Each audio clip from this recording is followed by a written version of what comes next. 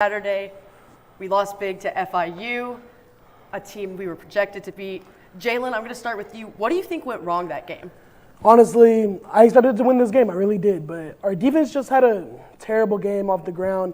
I mean, Keyshawn Owens, 10 rushes, 101 yards, 3 touchdowns, and 1 came in the fourth quarter to seal the deal for the Panthers. It was just a bad game defensively. Yeah, I got to agree. The defense was terrible. We let their quarterback get a freshman record for FIU for yards in a game, and they just dominated us in every aspect. And we weren't great offensively either. None of our running backs really went off like we're used to it. The quarterback, Stone Earl, struggled, so just really everything went wrong, I'd say, on Saturday. I like that you mentioned Stone Earl because in that second half, we actually saw a glimpse of Chandler Rogers, and he put up some really good stats for only getting to play in the second half. Do y'all see Stone Earl still being QB1? Do y'all think it'll be Chandler Rogers? John, I'll start with you. I think next week it's still Stone Earl. I think he was made a captain for a reason. I think the coaches trust him. And I think they've both had one good game, one bad game. The opener, Stone Earl was pretty solid. Chandler Rogers struggled in garbage time. This one, Chandler Rogers went off. Stone Earl struggled. So I think next week at least we still see Stone Earl. I think next week we still see Stone Earl too, but don't let it forget the fact that Chandler Rogers came out 11 for 15, 200 yards, 2 touchdowns. He played good, but I think we still see Stone Earl next week against La Tech. So both of y'all are going with Stone Earl. Is there a point at which you would like to see the switch to Chandler Rogers? Honestly, for me, I want to see who stays consistent, who doesn't, but I think it'll be good to see that. Yeah, I don't think either of the quarterbacks are game-breaking talents, so I'd really be fine with the coaching staff riding the hot hand, giving the start to whoever was better in last week's game, just because they wouldn't get consistency that way, but I think that's the way to utilize our talents the most. Right. And one thing we have been doing consistently, this goes back to the Cal game as well as the FIU game, UNT has been coming out of the gate at halftime just horrible. They got shut out in the Cal game, and I believe they only scored 1 touchdown in the third quarter up against FIU. Do y'all think there's some sort of adjustment issue at halftime? Jalen, I'll start with you. I think it is an adjustment thing. I think as a coach, you should be able to go in your locker room at halftime, your locker room, and be able to rally your guys up, tell your guys what's wrong, what's right, because the second half, you turn boys into men. That's how you win games. So you should be able to get your team ready, get them to come out fire in second half. Yeah, they should be running through walls for a good coach, which I don't think Eric Morris is yet. I'm hesitant. I think hot seat already. I'd be okay with him getting fired. He obviously made a wrong decision with the defensive coordinator. Everything's been off, defense, offense. Eric Morris already showing me that I don't know if he has what it takes to be the coach of UNT football. Speaking of coaching, I think we got to talk about the defense. I mean, in the FIU game, we won in every major statistical category, passing, rushing, and numerous others. What do we need to see change defensively? I think the big difference from Matt Capone now to Phil Bennett before was the fundamentals. Phil Bennett was a veteran and a legend of the game, and he knew how to teach those small things that not many coaches know. He had his boys tackling well. He had them knowing everything. Matt Capone, he's still raw. He hasn't been a defensive coordinator since 2010 in D3. I think he just doesn't have the subtleties of the coaching down yet like he did. I feel the same way. It's been 13 years since he's been at DC. And honestly, we just need to teach the boys to tackle. Mm-hmm. There's been times, you even know in the Cal game, where they had all 11 guys on one player, and he still scored a 44-yard touchdown. Yeah. And that's insane. I think they just need to learn how to tackle for real. Yeah, I mean, I'd have to agree with you. Are there any players y'all would like to see step up? John, I'll start with you. The biggest one is Mason Richards. I think he was supposed to be the star coming into the season. He's had 1 quarterback hurry in 2 games against FIU team that isn't good and a Cal team that is one of the weaker P5s. I was expecting a lot more out of him, and I was expecting him to be the leader in our this year. Right. For me, I'm still leaning on Rich Texada. I think he's a really good player. I think he should really step into that leader on the defense and really get that defense going. Right. I mean, defensively, if we're going to compete in the American Athletic Conference, we're going to have to get that defense up. Mm-hmm. Our offense, I feel like, will be fine. But speaking of the American Athletic Conference, obviously different level of competition than the CUSA. How many teams do you think will realistically beat this season? I mean, with how we've played against FIU and Cal, 1 and no in-conference wins, I mean, we've been bad, straight bad. And I don't know if we'll be any teams in conference. I think it'll be tough.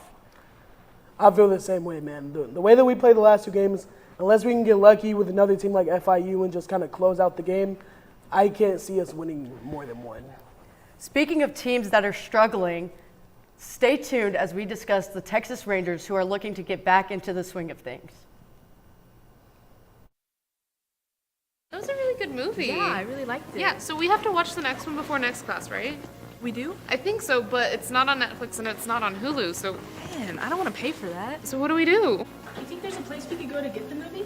I'm not sure, maybe? Oh, there's a place to get the movie. Oh. Really? Yeah, it's right here on campus. Come on, I'll show you.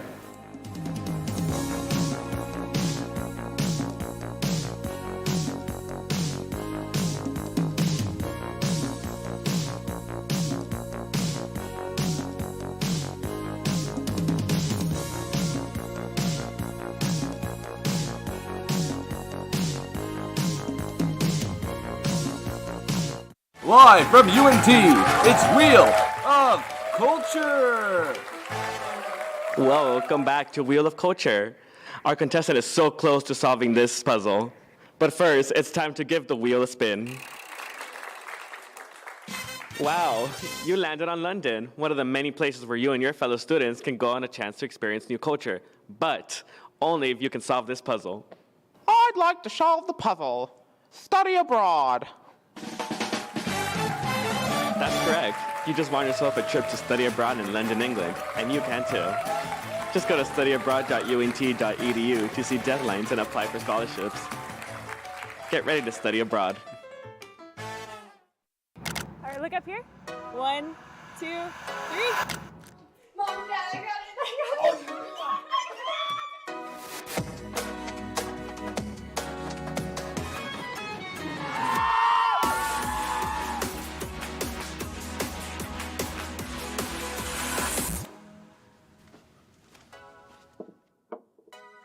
You're right, Mom.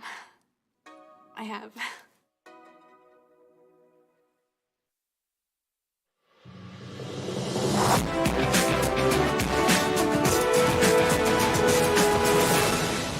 Good evening and welcome back to SportsZone. I'm your host, Mackenzie Freeman, and I'm joined here by Simeon Formwalt as well as Mason Brennan as we discuss the Texas Rangers.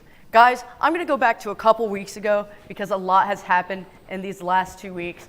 One of the biggest series so far that the Rangers has been through was up against the Houston Astros, and they lost all 3 of those games, allowing the Astros to put up football-like numbers. Mason, I'm going to start with you. What went wrong in that series? Well, I mean, the number one thing that you said went wrong was the amount of runs we gave up. I mean, we gave up 4 times the amount of runs that we scored. So if you're going to be a winning team, you can't give up that many runs. I mean, and literally that's been the problem for the last couple of weeks for the Rangers. I mean, starters have given up 34 runs. Bullpen's given up 40 so far in September. I mean, if you're going to be a playoff team, you got to lower those numbers. Right. Simeon, your thoughts? Yeah, so we were outscored, as you said, 39-10. I mean, that's just unacceptable. And I mean, our offense was performing amazing. Our at-bats were amazing this summer. And they were just got completely shut out the last couple of months, and especially against the Astros. I mean, Seager, who's the second best batter in the entire MLB with a .337 batting average, only had 3 hits. That's 1 hit per game on average. I mean, that's just absurd. We can't win games like that. I mean, that's the reason why we lost so badly. Right. When you're allowing the team to get 14, 13, 12 points and you're only getting at minimum or at maximum 4 runs a game, it's just not good for you guys. But since then, the Rangers have moved on. They played the Athletics, got 2 wins out of that, put them sort of in contention with the Astros and the Mariners. They now only sit 2.5 games behind the Astros. The Tampa Bay series, do y'all think that this is the most important series of the summer so far?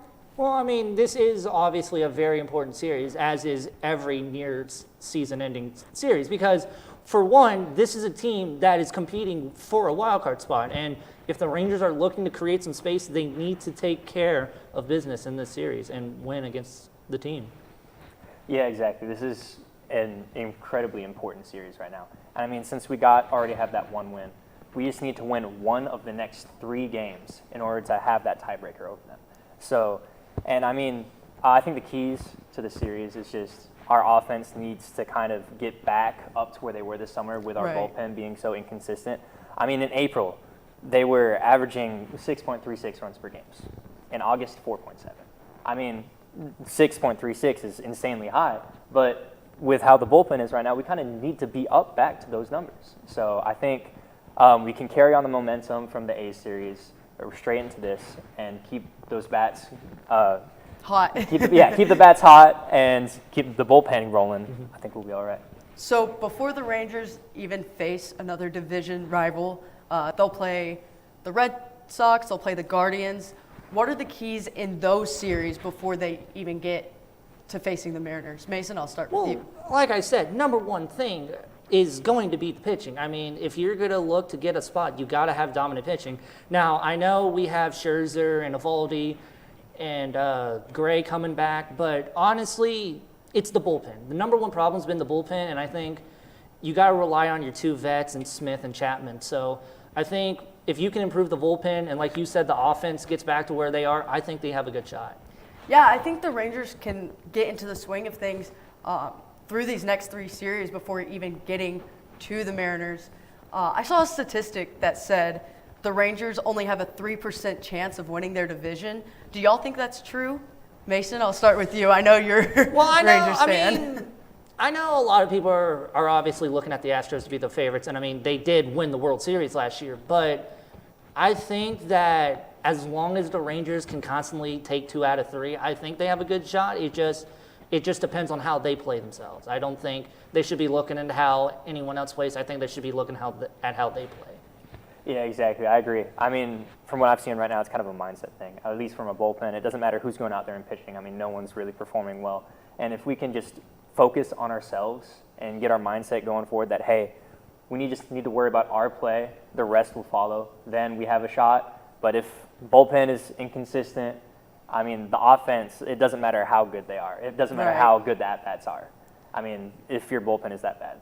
You're not winning games. A common issue I'm seeing is that the bullpen is just not performing how the Rangers need it to be. If y'all could pick 2 players in the bullpen y'all would like to see step it up or just aren't performing how y'all would like them, who would it be? Well, I mean, like I said, I would say it would be the 2 vets, Smith and Chapman. I mean, they have the most experience. I mean, Smith won a World Series with the Braves, and Chapman's had success with the Yankees and the Cubs. So I think you got to look at your vets and turn to them, and they're the leaders of the bullpen. And if you want any success, you got to expect a lot more out of your leaders and I think just they got to step up more.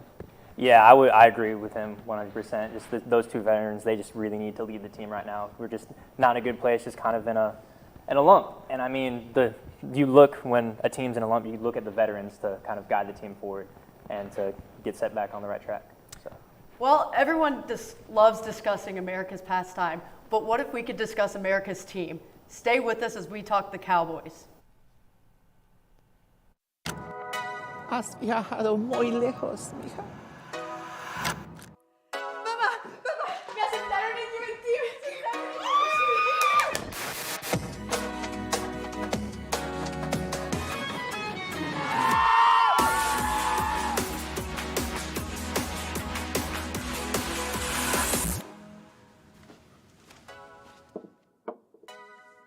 Tienes razón, mamá.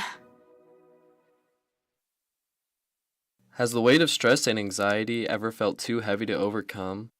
Wish there was a safe place to confide in? Wish granted. At UNT, we offer counseling and testing services to students located on the 3rd floor of Chestnut Hall.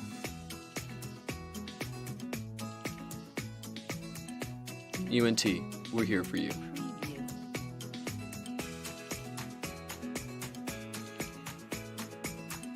It's that time of year where everyone plays a dangerous game with the flu. Going in uneducated, you run the risk of symptoms like cough, migraine, and fatigue.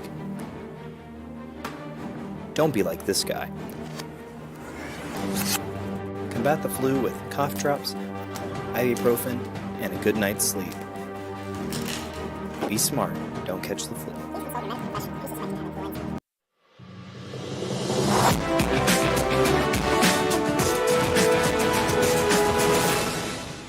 Good evening, evening. Welcome back to SportsZone. I'm joined by Steven Lucero and Matthew Wagner as we discuss the Dallas Cowboys, who had a great kickoff to their 2023-2024 season. Guys, 40-0, largest win in franchise history. Steven, how are you feeling about the Dallas Cowboys and their start? Well, I'm on cloud nine right now. I'm a huge Cowboys fan, and they just killed it last night. They destroyed, or a couple nights ago, excuse me. They destroyed the Giants. The defense was dominant. Special teams even looked good. It was just an amazing performance. Couldn't ask for a better start. You know, Steve, I'm with you on that one. I know what? I know I was going to say I was going to destroy the Cowboys, but I will honestly heap praise on the defense. You know, they accounted for 21 points, more than half. But one thing I will say is I don't know about the special teams. The defensive special teams did great. Exactly. The kicker, however, probably needs to be fired. But other than that, they did good. Things are a little bit different this year for the Cowboys as they have Mike McCarthy making the play calls for the offense. Did y'all like what y'all saw from his play calling yesterday? I did for the most part. Obviously, the offense, they didn't actually have to do a whole lot, so I think it'll still be a little while before I can really say, you know, when we see his full playbook kind of out there. So we'll see, but it looked good. I think Dak looked comfortable for the first time in a while, and I think that's really important. Yeah, Steven, I have to agree with you there. I thought, you know, he didn't have to call a whole lot of plays, but the plays he did call I thought were really good. I think I look ahead to next week already because I think that's when he can show his full ability with, you know, his playbook. And I think that's one thing that was, in my opinion, last year that was holding the Cowboys back was because they couldn't get the right play calls. Unfortunately, their offensive coordinator last year was not good, but the fact that you saw what he did, that's his element, right? When he did it with Rodgers, now he can do it with Dak, and I think that's going to be what's going to propel this team just further. Absolutely. I mean, if anything's going to propel this team, it's going to be Dan Quinn. He's making great calls for the defense. Obviously, I mean, when you have 7 sacks, 2 interceptions, 3 forced fumbles, and a blocked field goal attempt as well. Incredible. You know, are we going to see that all year? Do y'all think that's going to be a consistent thing we see with the Dallas defense? Yeah, I believe we will. I mean, obviously you're not going to see 40-0 every night, but this is, in my opinion, the best defense in the NFL. The Niners are great, the Eagles are great, Cowboys are better, and I'm so excited to see what they can do. Because defense wins championships. This is a championship-level defense. For sure, and I think one thing I was kind of skeptical going into this game was, is Trayvon going to get burned by a simple route like he has been in the last couple of years? And I didn't see that. I think Dan Quinn did a great job at corralling this defense, making sure that it's a bend-don't-break mentality. And obviously, like you said, you're not going to see 40-0 every night. We're not going to see 3 takeaways every night. But if we can keep up that level of just intensity and that energy, this team, I agree, could be one of the best defenses in the league. Obviously, the Cowboys made big trades in the offseason, getting Stephon Gilmore, Brandon Cooks. Who do y'all think had the better debut with the Cowboys? Well, I got to go with Stephon Gilmore. He was incredible. Obviously, the defense we talked about was great. He got that interception, getting his hands under it. That was amazing. But I'm excited. Obviously, once the offense has a chance to play, be on the field, I think Brandon Cooks is going to make a great impact. I was going to go Gilmore too, but I can go for Cooks. I mean, yes, we didn't see a lot of him because, again, the offense didn't have to have a chance to play. But I think when you get him in his element, he can be one of their, I wouldn't say premier pass catchers, but he can definitely be one of their top, at least targets. I agree. I think he will be. I think he's going to have a big impact for sure. For sure, yeah. His speed is That's what kills a lot. And speed kills in this league, especially with the deep ball, which is, I think, something that we're going to see the Cowboys throw a little bit more this year. So I was going to ask you guys what went right or what went wrong this game. But when you beat a team 40-0, you just naturally have to assume everything went right. So with that being said, let's turn to the Giants. What went wrong for them? I think, that's a long list. Maybe what didn't go wrong would be a little shorter. The Giants, I'll give them some credit, as much as I dislike them. They had a good first drive. Saquon did a good job running, and they had a good first drive. But the momentum flipped, the elements were bad, and it really went downhill quick. But if they can get back to the running game, get Daniel Jones comfortable in that offense again, I think they can get back on track. I agree. I think that one thing that their first drive great. They couldn't stop a cold breeze after that. Yep. And a lot of people I saw on the internet, a lot of people were blaming the elements. Well, the Cowboys didn't have any problems with the elements. That's true. And the fact that the Giants were at home. Exactly. That shouldn't have bothered them, but clearly they didn't. But like I said, they couldn't just stop a cold breeze after that first drive. And I felt bad for Saquon because he was basically carrying that team at that point. Right. I mean, Saquon definitely has to have himself in those positions. Do y'all think the Giants can make it to the playoffs like last year? Not this rate, no. I'm sorry, but DeBoll and Daniel Jones can't dink and dunk his way to another playoff appearance, I don't think. Because if any defense blitzes them, that was what cost them the most, I think. Oh, yeah. I think that, the NFC is a weaker conference, so I'm not going to rule them out yet, but obviously the offensive line was bad. Evan Neal, a top draft pick, he looked lost out there. Obviously the Cowboys are one of the best defenses in the league, though, so as the schedule evens out a little bit, maybe they still have a chance, but Cowboys, I think they're winning that division. Everyone likes discussing the Cowboys, but with Cowboys comes controversy. But we're actually going to take it to the college level in the next segment as we discuss some controversy at the NCAA level. Oh, hey, didn't see you there. Let's get started. This is a motor vehicle. This is the blinker mechanism. To use it, push it up for the right blinker and down to go left. You're welcome. It was easy.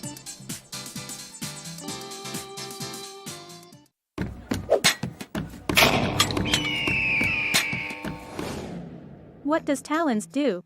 So I'm the Vice President of External Relations for Talons. That means that I basically oversee all the external committees. Our external committees entail our Model A, it's a Mean Green Machine. So they bring it to football games especially, so every game it's kind of there, every home game. The Model A is like a symbol of UNC pride, and it's a big tradition that we are so lucky to uphold and maintain. When people look at it, they see it, and they're like, oh, that's the Mean Green Machine. There must be a game today or something to ramp up school spirit for basketball, softball, volleyball, any of those things. We have amazing teams, so we just want to show school spirit for them. Bonfire Committee, which is in charge of putting together the bonfire every year for homecoming. It's kind of just a whole semester-long process up until build week that we have to put together and oversee and make sure safety regulations are followed and risk management is taken care of. Cannon Crew, which oversees and takes care of the cannon. They fire it at games, they take it to special occasions.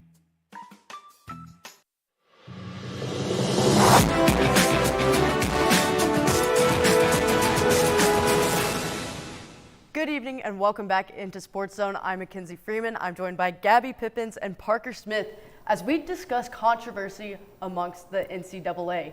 Obviously, Oklahoma and Texas have already made plans to join the SEC in 2024, and many other teams, including teams local to here, have done that as well. Guys, how do we feel about conference realignment?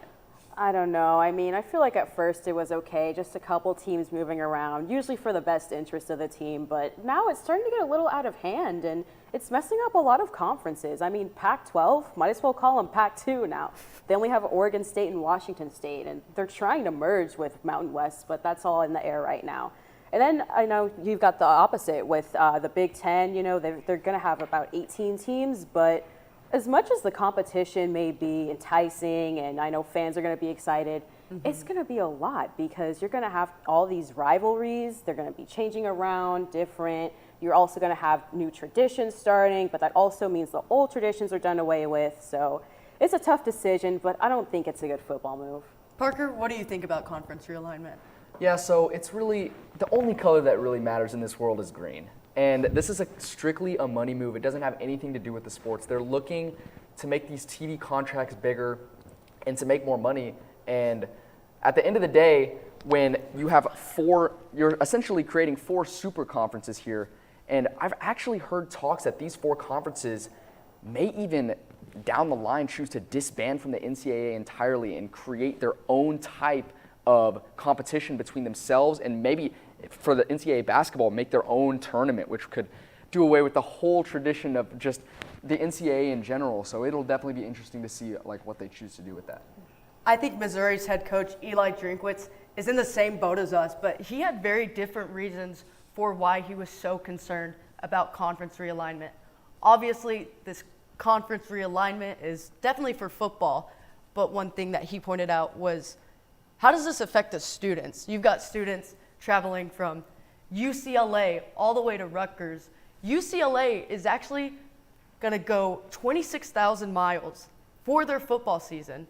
Guys, what type of effects do y'all think this will have on student athletes in general and not just football? Yeah, and mental health is just something that is growing, and it's becoming more and more just in the headlines as far as student athletes goes, because it's a lot. You got to keep up with your grades. You got to do all this training and whatever. And traveling that much definitely isn't going to help. You look at teams like Cal and Stanford moving to the Atlantic Coastal Conference.